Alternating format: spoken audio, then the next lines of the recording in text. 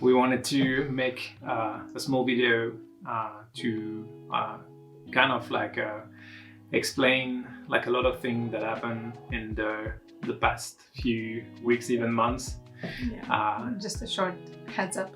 Because a lot of things happened. So so we left Kiev like a week and a half ago, more or less. So we have we have an iPad and we have some talking points, and I'm just gonna go through them. Let's try to follow that. So we wanted to start to explain why we were in Kiev in the first place. We were in Thailand before.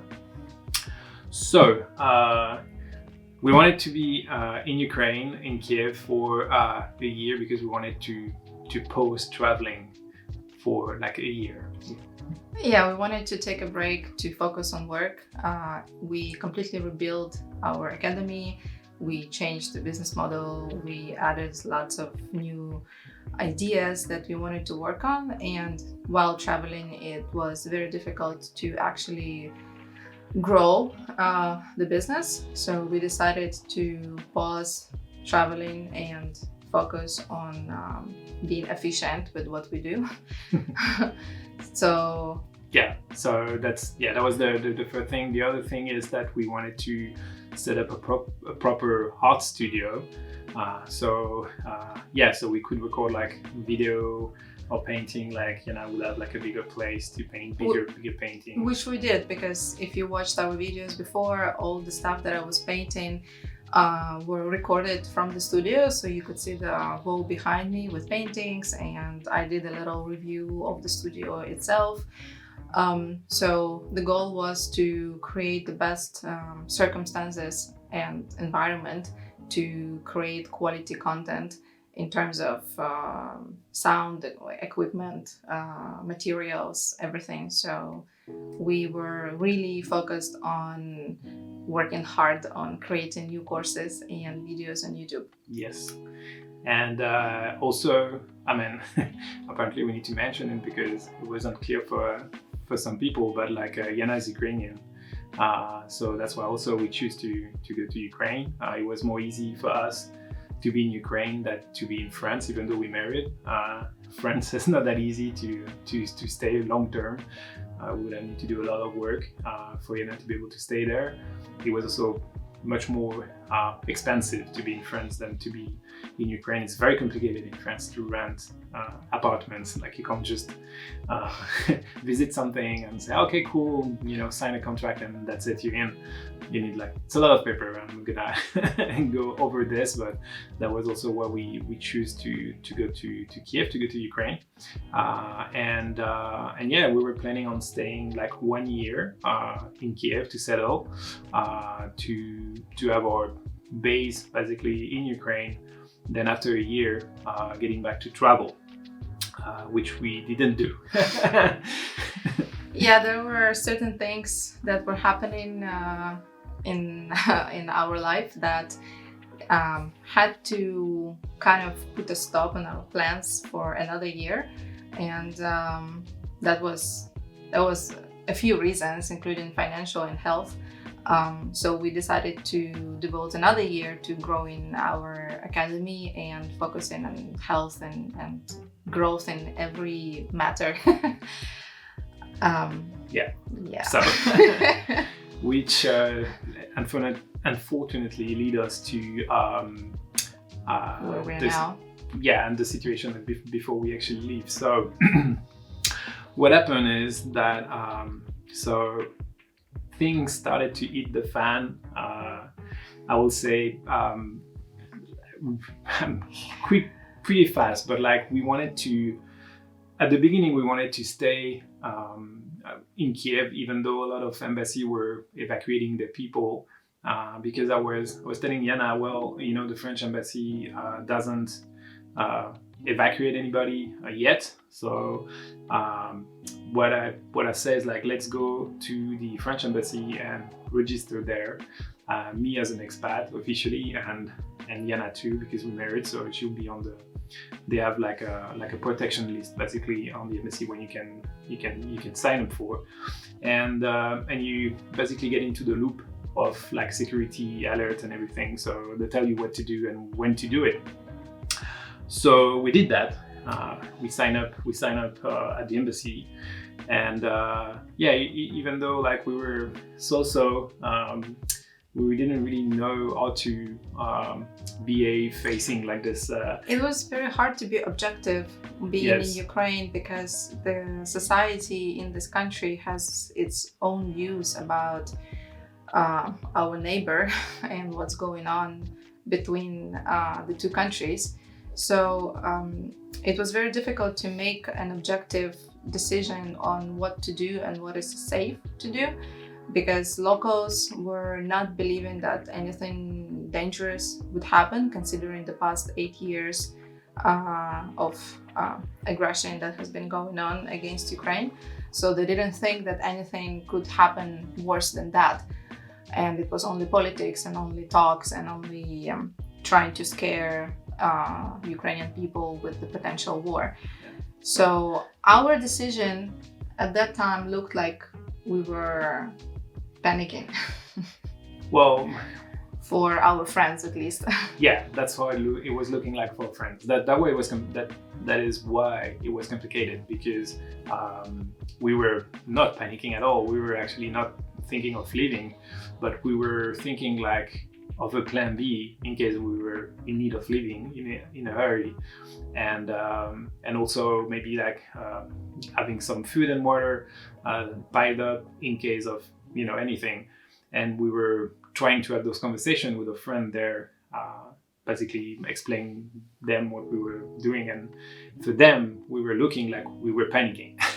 And so at one point, most of the embassy were evacuating their non-essential staff. They were asking all their citizens to leave, and they were moving to Lviv. So it was starting to be a little bit more crazy, and the French embassy was still saying pretty much nothing until the ambassador of France in Kiev, in Ukraine, sent an email that basically was the moment we say, okay, we need to leave. So in that email, he didn't say that French people need to leave. He basically tried to downplay the situation, like that, it's we monitor everything, like it's a very sensible situation. And if you were planning on coming to Ukraine, we recommend you don't. And if you are here as a tourist, maybe you should go. So that's how the email was written. Was really weird. And at one point they say, and by the way, if you could go to the supermarket and just buy water and supply for some time, that it's a good idea. Yeah, and at the same time, other embassies evacuated their staff twice from Lviv to Poland, and a bunch of international companies, airlines were cancelled and stopped flying to Ukraine. Yeah, that too. Yeah, which was very suspicious.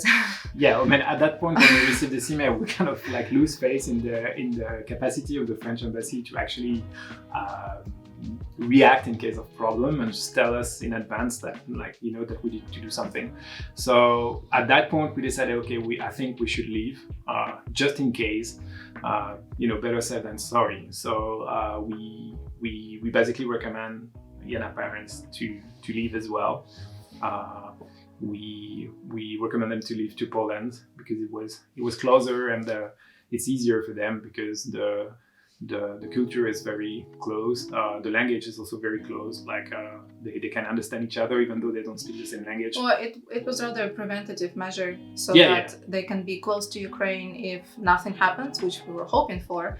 That they will just stay a couple of weeks in Poland for like a vacation, and see that everything is fine and go back home. So they took their tiny luggage, all the necessities, and they left for thinking they're going for a while. Meanwhile, us, Yeah, so us, we also decided to leave. We decided to go to Istanbul because it's close. It's 3 hours flying. We could not go to France because we both had COVID, but we're not vaccinated. And in France, it's well, you can't do anything if you're not vaccinated. So we look for countries that were not that were open if you don't they have didn't to. require COVID certificate. Yes, that's what we're looking for. So we choose Istanbul, and we know Istanbul. We like the place, so we bought a ticket for Istanbul. And so you have to know that this is like it started on the. It was like during the weekend. We bought our tickets 1 week before Yes. the first attack. 1 week before we decided to go. The Yes. next day we published. The next day was yeah. Then go for it. The next day was crazy because we published announcement about the garage sale, and we decided to sell everything we owned. And since we were renting apartment empty, 100 square meter apartment empty that we were furnishing ourselves for a year and a half, it was a lot of stuff. Yeah, we had to separate basically the thing that we really want to keep. So all our books or art stuff, like art supplies, Close to heart stuff. Yeah, Yes. and the gift and everything that we really wanted to keep to absolutely everything else. And we basically had a week to do that. Where our flight was on Sunday or Saturday, 19th Saturday. of February. So we basically have like 5 days to absolutely settle all our stuff in Ukraine. So Yeah, and there was a lot of administrative work to Yes. do, like going to banks, signing papers, figuring out doctors' appointments that were planned. At least I planned appointments, and I had to rush them and do all my health checkups before. And a lot of other things that had to be done before we could actually leave Ukraine for good. yeah, so separate those things, sell everything like in a hurry. So we basically sold everything we have for half the price because we were like, it was had to be done fast. We were lucky because we were living in this super big building, like 25 floor, with thousands of people. So basically, all neighbor basically bought everything we had like pretty fast. Our doors were open all yeah, day. They were exactly. just coming in and yeah. So everything got like sold pretty fast. Then we have to figure like a storage, and we weren't the only one doing that. So we get also lucky there because we basically got the very last piece of storage, yeah. unit storage in the place we were. So then we have to hire like a company that came in, take all the stuff, bring in there, sign the contract.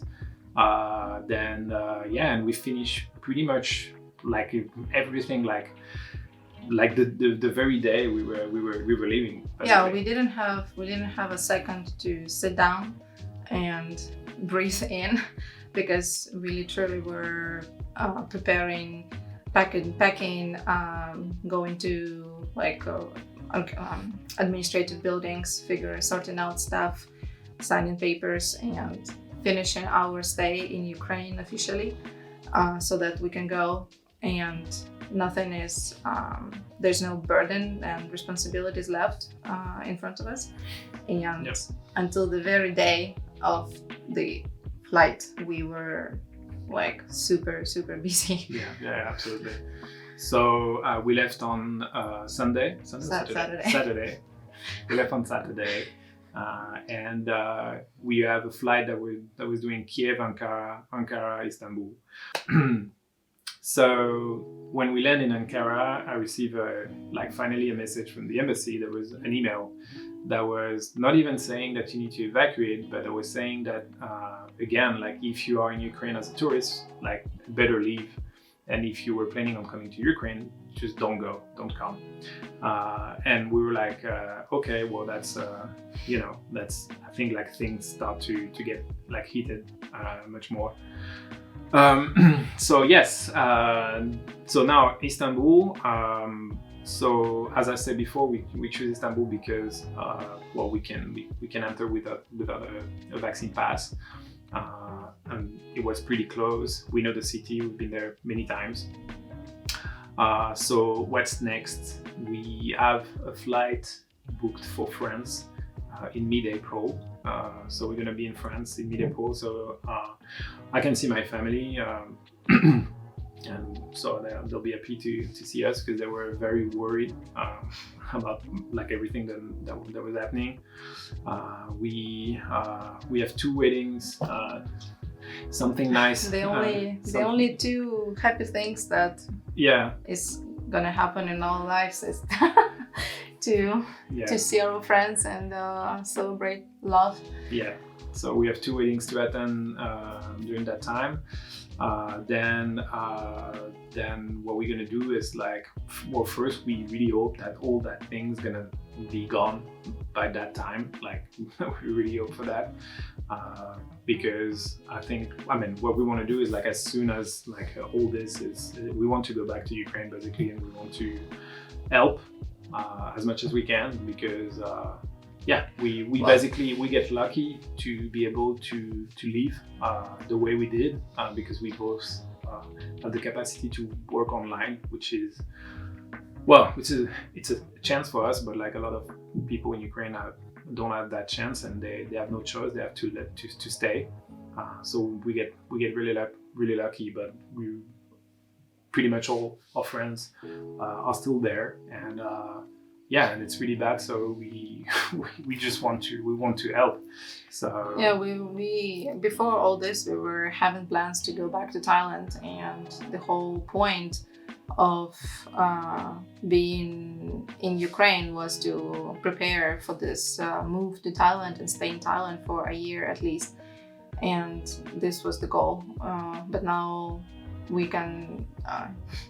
We can safely say that we're not going back to Thailand, and we're going back to Ukraine after its peace again, and we hope to deliver some humanitarian help or help in the spot the way we can with our hands and brains and whichever possible. Because we're gonna fly from France, so we're gonna be able to bring like two big bags of anything. So we're gonna connect with local NGO and basically ask them what they need, and we're just gonna bring it. So and when we're there, we're just gonna clean, rebuild, do whatever is needed. So that's the plan. Okay, so now what about the academy, the blog, Patreon, our YouTube channel, all that thing. So it's pretty clear. We send an email to all member and all the people on the newsletter. So if you're in there, you already receive it. So to simplify, like, I mean, obviously none of us is in a mind of creating anything really. It's just for you to describe the way how we spend our days since February 24. We just spent our day being zombie and following the news and talking to friends and relatives, my relatives who stayed in Ukraine, and trying to help whenever we can by spreading information, looking for housing, looking for aid in the spot, looking for volunteers, anything that can be done online. We try to do that and support those who are in need there in Ukraine. So this that's just like it take all the time basically. Like we have no. There's no space for anything else in our mind. So so because of that, we decided to pause everything. So we're not gonna create more content for now. We're not gonna create like more tutorial on YouTube. We're not gonna create more course on the academy. Same for Patreon. So we decided to pause all this. Of course, like it doesn't mean that the academy is like closed. Some of you actually ask us like if they can continue to access course and everything. Of course, absolutely, the academy is still open. It works in autonomous regime. It's independent. Absolutely. It's just I won't be producing new courses because I feel it's inappropriate to paint happy watercolors right now, and I also don't feel like doing it either. It's just out of place at this moment. So the academy is still open. You can still go there. There's like 30 courses available. You can buy them one by one, or you can sign up to access them all. So all this work just fine. Just like the new course monthly is on pause for now. Okay, so that's it for the academy part. Now just a tiny note concerning like the war and everything that happened. Obviously Yana and I, we both have like very strong opinion about what's happened at the moment. Yana is Ukrainian. We were both living in Ukraine for a year and a half. Most of our friends are in Ukraine. They're still there. So it's very to the heart for us to talk about this. But we don't think that expressing like our view on our channel is appropriate. We absolutely despise and condemn what Vladimir Putin is doing to Ukraine 100%, and we hope it's gonna resolve soon. But yes, we're not gonna do like political view on this channel. Yeah, that's pretty much it. We wanted to thank you all for your support and the nice email that you sent us.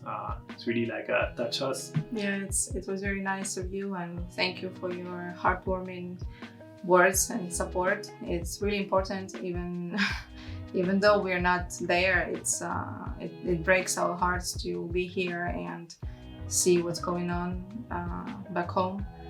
So thank you very much for being with us. I hope you're gonna stay with us.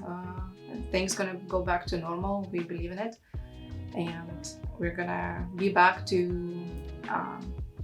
inspiring watercolor videos here on this channel. Thank you very much. Thank you. Slava Ukrainia. Героям слава.